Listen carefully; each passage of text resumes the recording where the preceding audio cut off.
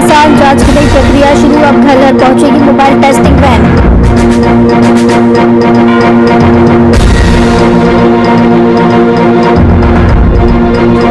पटना में मौसम ने ली करवट, बारिश का सिलसिला जारी, लोगों को गर्मी से मिली राहत।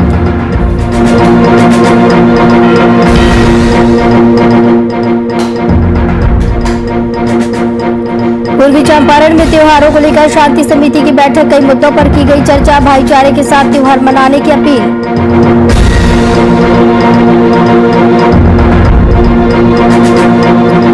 छपरा में तेजी से बढ़ रहा कोरोना का ग्राफ, ओपीडी के अंदर एक कर्मी कोरोना पॉजिटिव, कोरोना मरीज होने के बाद भी नहीं मिली छुट्टी।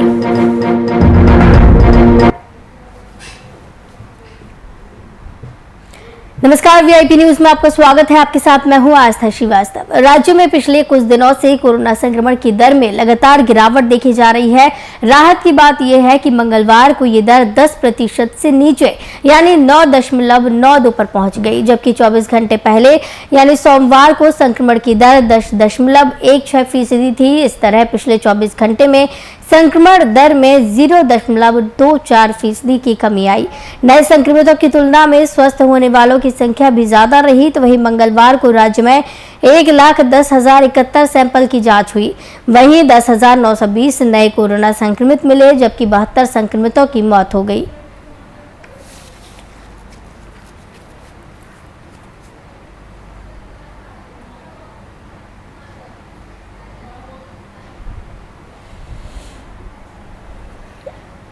तो आपको बता दें कि संक्रमण दर में गिरावट देखने को मिल रही है।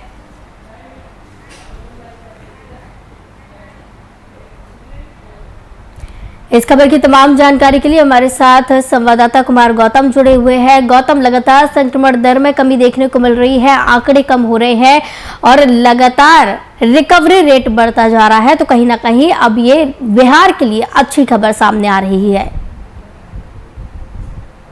तो देखिए, बिहार के लिए अच्छी खबर है और ये अच्छी खबर के पीछे की वजह है सिर्फ और सिर्फ लॉकडाउन का होना, क्योंकि बिहार में जिस तरह से लॉकडाउन लगाए गए हैं, लॉकडाउन के बाद भी तो ये तस्वीरें बदल रही है। लेकिन चिंता इस बात की भी है कि 10,000 से ऊपर यानी 11,000 के आस से थोड़ा सा कम है, लेकिन ये चिंता की बात है कि इतना लॉकडाउन होने के बावजूद भी राजधानी पटना में आंकड़े करीब 1600-1700 के पार जा रहे हैं। ये अच्छी बात नहीं है, लेकिन सिर्फ और सिर्फ रिकवरी रेट अच्छा है इस वक्त बिहार का। तो कहीं ना कहीं थोड़ी सी भी ढिलाई जो है वो संक्रमण का दायरा बढ़ा सकता है। इसलिए बिहार के लोगों को अभी भी कंप्लीट लॉकडाउन में रहने की जरूरत है, क्योंकि पूरे बिहार में देखिए तो राजधानी पटना के बाद औरंगाबाद जैसे जो इलाके हैं, जो जिला है, वहां पर सबसे ज्यादा संक्रमण का है। जो स्वास्थ्य विभाग की तरफ से जो आंकड़े जारी किए गए हैं वो पूरे बिहार में, और सबसे अच्छी बात यह है कि सबसे कम नवादा जिले में, यानी कि वहां पर संक्रमण कम है, यानी कि वहां पर लॉकडाउन सख्ती से पालन किया जा रहा है। तो बिहार में औरंगाबाद और चंपारण जिलों की बात छोड़ दें तो लगभग सब में गिरावट आई है, लेकिन पूरे बिहार के अंदर अभी भी 10,000 का आंकड़ा पार है। ये अच्छी बात नहीं है। ये जब तक नहीं कमेगा तब तक शायद बिहार को बेहतर तरीके से, या बिहार में जो कोरोना का संक्रमण है उसके दायरे में कमी नहीं आएगी। इसलिए अभी भी बहुत सचेत रहने की जरूरत है। कोरोना का जो अभी संक्रमण है वो अभी कम सिर्फ और रिकवरी रेट में कम है, लेकिन कहीं ना कहीं आंकड़ों के हिसाब से 10,000 का पार हो जाना ये चिंता का विषय है बिहार के लिए। और ऐसे में लॉकडाउन को बेहद सख्ती से पालन करने की जरूरत है। तो ये एक अच्छी खबर है कि रिकवरी रेट जो है वो लगातार सुधार होता जा रहा है। जो बड़ी ठीक हो रहे हैं उनकी संख्या ज्यादा होती जा रही है, और 1 लाख से ज्यादा जो प्रतिदिन जांच किए जा रहे हैं स्वास्थ्य विभाग के आंकड़ों के मुताबिक, उन आंकड़ों में इस बार कल की 24 घंटे का जो आंकड़ा है वो 10,000 का पार होना ये अच्छी बात नहीं है। अच्छा गौतम, अस्पताल की अगर बात की जाए, तमाम जो सरकारी अस्पताल है, प्राइवेट अस्पताल है, उनकी क्या कुछ स्थिति देखने को मिल रही है? जहां पहले देखने को मिलता था कि ऑक्सीजन कम है और बेड की कमी है, तमाम लोग परेशान हो रहे हैं, त्राहिमाम मचा हुआ है, अब क्या कुछ स्थिति देखने को मिल रही है? देखिए, अक्सर इसको इस तरीके से समझिए कि आपके पास संसाधन सीमित है, वही अस्पताल है, वही वही बेड है, वही ऑक्सीजन, वही दवाइयां, वही डॉक्टर, वही टेक्नीशियन, सब कुछ सेम है। लेकिन प्रतिदिन 10,000 लोगों के संक्रमण का जो दायरा है, उसमें आप अंदाजा लगाइए कि क्या वो उतने मरीजों की संख्या बेड के मुताबिक बढ़ सकती है, उस अनुपात में बढ़ सकती है? बिल्कुल भी नहीं। सरकार का कोई भी सरकार अगर रहे तो प्रतिदिन 10,000 से पार के आंकड़ों को वो नहीं बेड मुहैया करा सकती है। लेकिन क्योंकि कोरोना में जो लोग संक्रमित हो रहे हैं या जो नए मरीज आ रहे हैं सामने, उन मरीजों में राजधानी पटना में सबसे ज्यादा है। तकरीबन अगर छोड़ दे तो 2,000 के आसपास का ये आंकड़ा है। तो प्रतिदिन 2,000 नए मरीज किसी भी अस्पताल में भर्ती नहीं लिए जा सकते हैं, क्योंकि हर जगह बेड। लेकिन इन 2,000 में यदि आप 10% मरीज, यानी कि 200 मरीज भी यदि बेहद गंभीर हैं, उनकी स्थिति बहुत चिंताजनक है और उनको कैसे बेड मुहैया कराया जाए, ये बहुत जरूरी है। क्योंकि अगर 10% ही मान के चले तो 200 मरीज के लिए भी आपको बेड मुहैया कराने होंगे। तो बेड की संख्या तो बढ़ नहीं रही है, ऑक्सीजन की संख्या, वेंटिलेटर की संख्या तो बढ़ नहीं रही है, संक्रमण का संख्या बढ़ता जा रहा है। यही कारण है कि सरकार जो है बैकफुट पर चली जाती है। क्योंकि एनएमसीएच का हाल देख लीजिए, पीएमसीएच में भी अभी भी 100 और 150 के आसपास बेडेज हैं। आईजीआईएमएस में 100 बेड बढ़ाए गए हैं, बिहटा में भी जो बेड बढ़ाए गए हैं वहां पर। लेकिन आप अगर बेड बढ़ाएंगे तो बेड के अनुपात में आपको उसकी सुविधाएं बढ़ानी होगी। सिर्फ बेड और तकिया और उसके ऊपर चादर बिछा देने से मरीजों का इलाज नहीं हो सकता, क्योंकि प्रतिदिन जो आंकड़े बढ़ रहे हैं उस आंकड़ों के हिसाब से आपको उतने ऑक्सीजन, उतने सिलेंडर, उतनी दवाइयां चाहिए। तो यही पर सरकार के हाथ पांव फूलने लगते हैं। तो लिहाजा 90% लोग होम आइसोलेशन में, होम क्वारंटीन के जरिए उनको कहा जाता है कि आप अगर अस्पताल से बेहतर अगर अपने आप को घर में सुरक्षित रखेंगे तो आप ऐसे भी 14 दिनों के अंदर, 15 दिनों के अंदर आप कोरोना से जंग जीत सकते हैं। लेकिन इसके लिए आपको एहतियातन कोरोना की गाइडलाइन को मानना होगा, जो दवाइयां हैं वो चलानी होगी, जो संक्रमण का जो दायरा न बढ़े इसके लिए आपको घर पे ही आइसोलेशन में रहना होगा। तो कहीं ना कहीं ये जो तमाम चीजें हैं वो 90% आप सोचिए। जैसे मान लीजिए कि 2,000 आंकड़ा बढ़ा तो 2,000 में 200 भी अगर अस्पताल में बढ़ जाएंगे तो सरकार के हाथ पांव फूलने लगे हैं। लेकिन बाकी के जो मरीज है वो होम आइसोलेशन में चले जाते हैं। तो यही एक कारण है कि ज्यादातर जो लोग हैं वो रिकवरी हो रहे हैं। लेकिन जो संक्रमण के दायरे में फंस चुके हैं या कोरोना ने जिनको जकड़ लिया है, उनकी स्थिति नाजुक है और उनको सबसे ज्यादा ऑक्सीजन की दवाइयां और ऑक्सीजन और दवाइयों की जरूरत होती है। और इसके अभाव में जो मरीज दम तोड़ देते हैं, यही कारण है कि इन मरीजों को अस्पताल में दवाइयां और ऑक्सीजन नहीं मिलने के कारण उनका दम टूट जाता है। तो कहीं ना कहीं अब ये आपदा की घड़ी है। लेकिन केंद्र सरकार लगातार ये राहत पैकेज भेज रही है। कल भी देखिए ऑक्सीजन की बहुत बड़ी खेप आई है बाहर से। तो कहीं ना कहीं बिहार को फायदा है, केंद्र सरकार की मदद मिल रही है। सरकार खुद कह रही है कि उसके पास पैसे की कोई कमी नहीं है, लेकिन इसके लिए सरकार ने पहले से तैयारी नहीं की थी, ये एकदम साफ है। अगर पहले से तैयारी की होती तो आज एमबीबीएस डॉक्टरों को या टेक्नीशियन की जो अपॉइंटमेंट है वो नहीं लेनी पड़ती, अगर इन्होंने पहले से की होती। तो यही कारण है कि सरकार का बैकफुट पे हो जाना या सरकार की नाकामियां जो है इसी समय उजागर होती है जब आप विपत्ति में होते हैं। सरकार अपना काम कर रही है, लेकिन सबसे ज्यादा समझदारी बिहार की जनता दिखा रही है, जो खुद से अपने आप को, अगर मरीज पॉजिटिव भी है तो वो अपने घरों में अपने परिवार के बीच में रहना ज्यादा पसंद करते हैं, क्योंकि उनको लगता है कि शायद उनका इम्यून पावर, प्रतिरोधक क्षमता जो है अस्पताल के बजाय घर में बेहतर होगा और मरीज ठीक भी हो रहे हैं।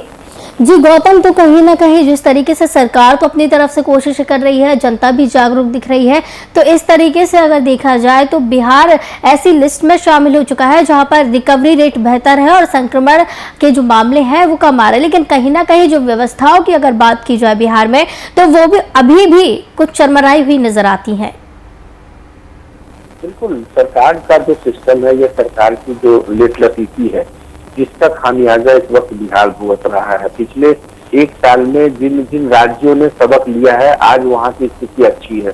बिहार में अभी भी कोरोना का पीक आवर चल रहा है, अभी सेकंड फेज का पीक आवर चल रहा है और आने वाले कुछ दिनों तक ऐसी स्थितियां रहेगी। लेकिन लॉकडाउन लगने के बाद आंकड़ों में कमी आ सकती है, लेकिन जो मरीज अभी भी गंभीर रूप से बने हुए हैं या जो मरीज अभी भी अस्पताल में भर्ती हैं, उनको देखने के लिए टाइम टू टाइम डॉक्टर होने चाहिए। उनको देखने की उनकी सांसों के डोर को थामने के लिए ऑक्सीजन की कमी नहीं होनी चाहिए और उनको दवाइयां लगातार मिलते रहनी चाहिए। तो ये सारा कुछ एक सिस्टम के तहत होता है और सिस्टम उस वक्त कोलैप्स कर जाता है जब आपके पास उससे डॉक्टरों से ज्यादा मरीजों की संख्या या संसाधन से ज्यादा मरीजों की संख्या हो जाएगी। तो आप ये एक तरीके से भागम भाग की स्थिति हो जाती है। और दूसरा कि जो मरीज हैं जिनकी तादाद, मैंने पहले ही कहा कि अगर 10% भी क्रिटिकल पोजीशन में है, प्रतिदिन उन मरीजों के लिए सिर्फ राजधानी पटना की मैं बात बता रहा हूँ कि 2000 के आसपास के जो आंकड़े हैं, अगर 10% 200 भी मरीज अगर को एडमिट करना हो प्रतिदिन, तो आप सोचिए ना तो यहाँ पे प्राइवेट अस्पताल के पास बेड है, ना ही अगर बेड है भी तो वो सीधे हाथ खड़े कर रहे हैं कि उनके पास डॉक्टर की कमी है, उनके पास संसाधन की कमी है। जबकि अगर वही सरकारी अस्पताल में देखें तो सरकारी अस्पताल में सुविधाएं सिर्फ मरीजों के अनुरूप है, लेकिन जो मरीज बढ़ रहे हैं उनके अनुरूप संसाधन का अभाव तो है ही। लेकिन सरकार कहती है कि हमारे पास सब कुछ है, और जब ग्राउंड पर आप जाएंगे तो आपको पता चल जाएगा। उनके परिजनों से बातचीत करने पे भी पता चल जाता है कि उनके परिजनों को बस राम भरोसे रखा गया है।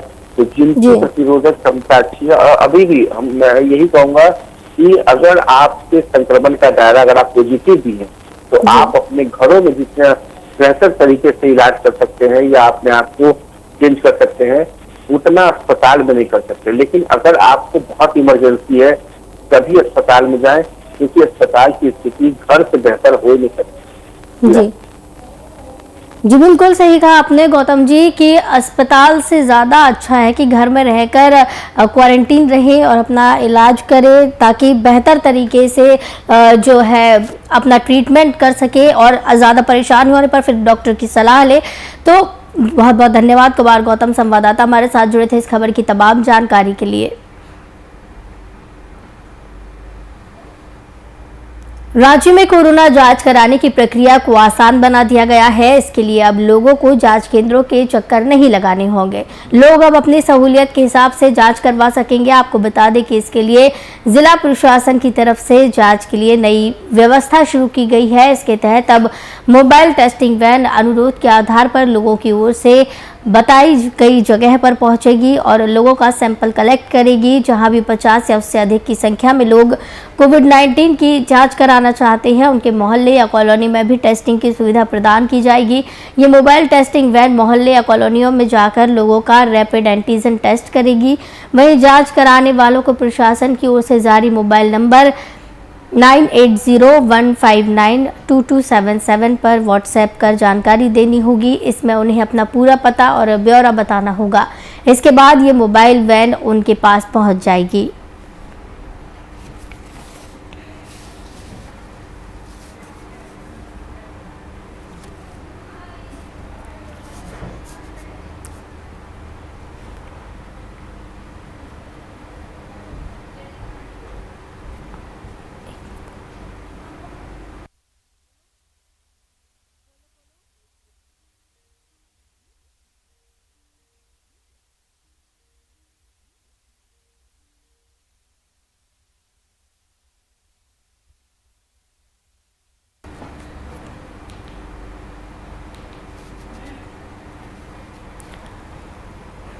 तो आपको बता दें कि राज्य में कोरोना जांच कराने की प्रक्रिया को अब आसान कर दिया गया है। अब अस्पतालों के चक्कर लोगों को नहीं काटने होंगे। अब घर घर मोबाइल टेस्टिंग वैन पहुंचेगी और लोगों का एंटीजन टेस्ट करेगी।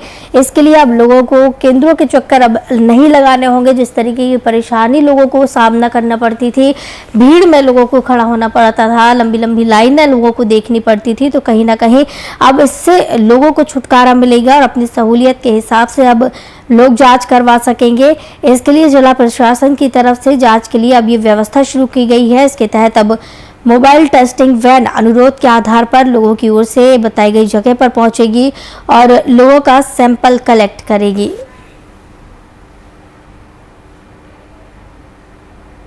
इस खबर की तमाम जानकारी के लिए हमारे साथ बिहार झारखंड संपादक कुंदन कृतज्ञ जी जुड़े हुए हैं। कुंदन जी, अब घर घर मोबाइल टेस्टिंग वैन पहुंचेगी, लोगों को केंद्रों के चक्कर नहीं लगाने पड़ेंगे। तमाम जो परेशानियां लोगों को होती थी, लंबी लंबी लाइनों में खड़ा होना पड़ता था, तो अब लोगों को इससे छुटकारा मिल जाएगा।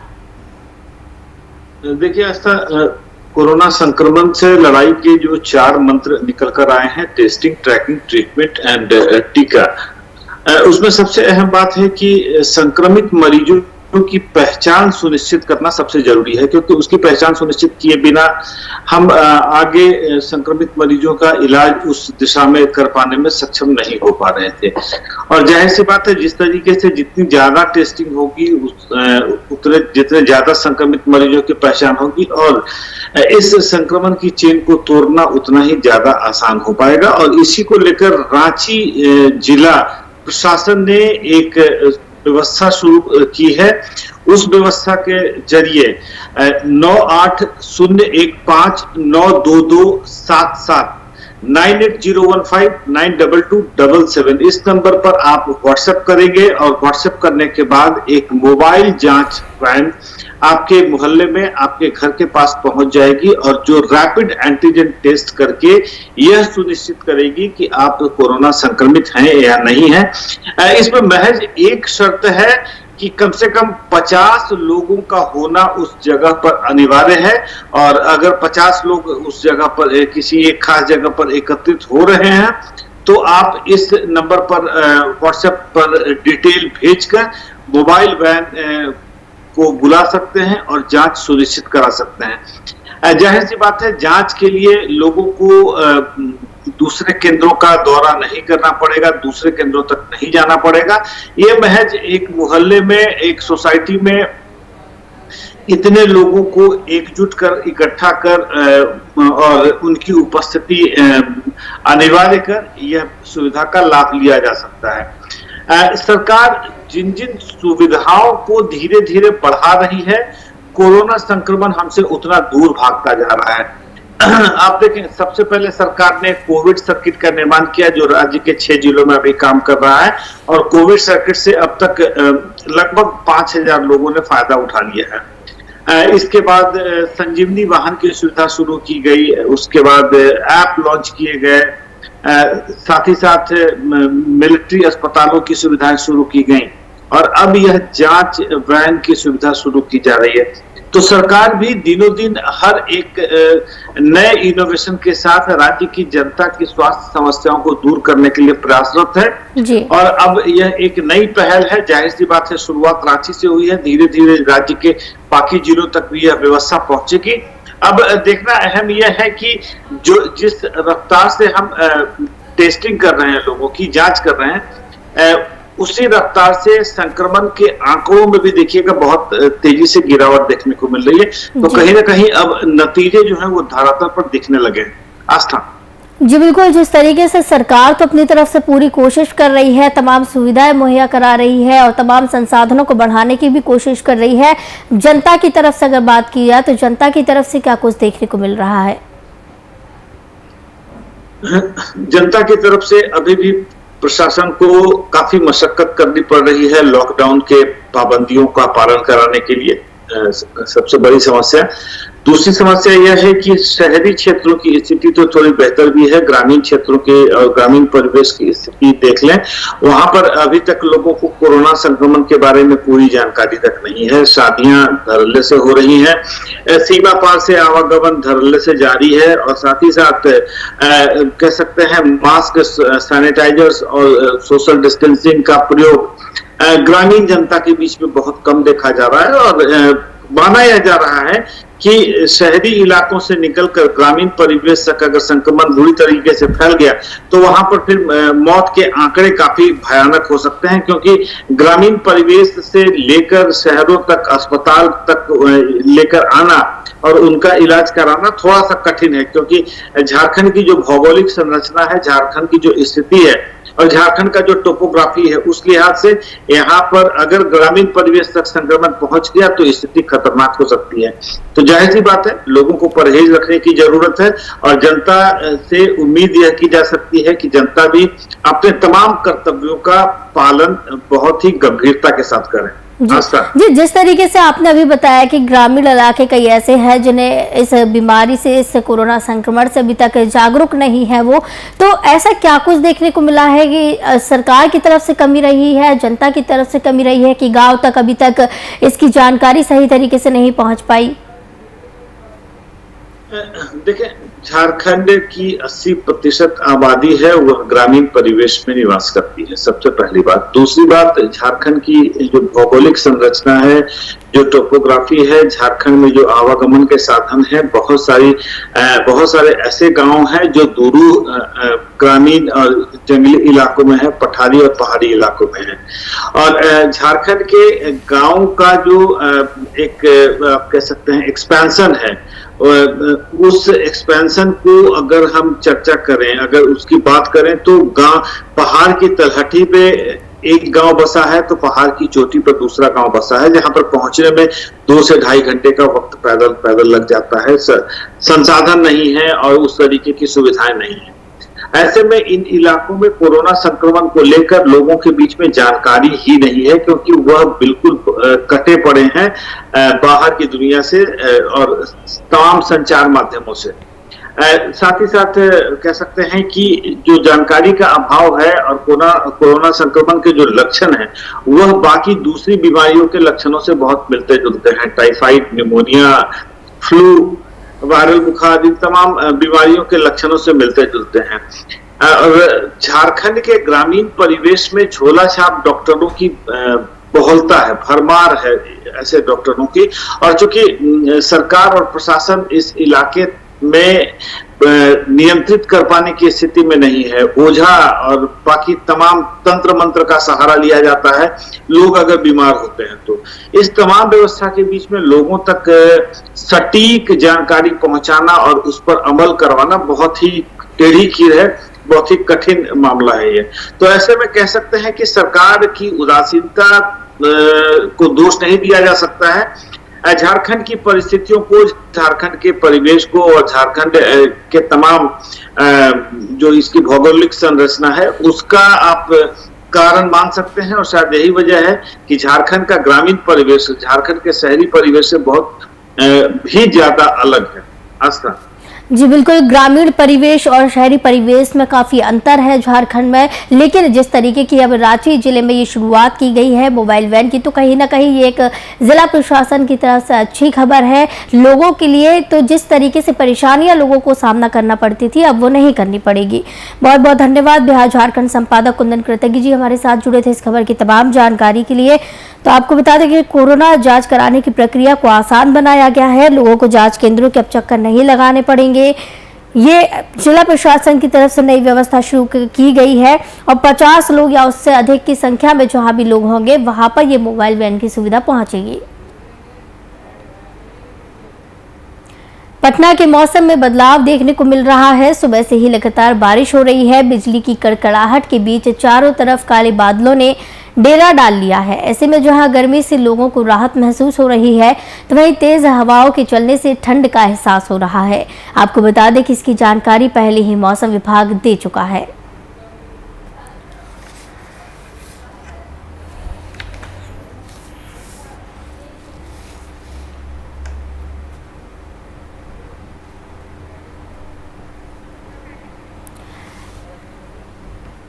बिहार में एक बार फिर मौसम ने करवट बदली है। पटना के मौसम में बदलाव देखने को मिला है। सुबह से ही बारिश हो रही है और कड़कड़ाती बिजली के बीच चारों तरफ काले बादल दिखाई दे रहे हैं।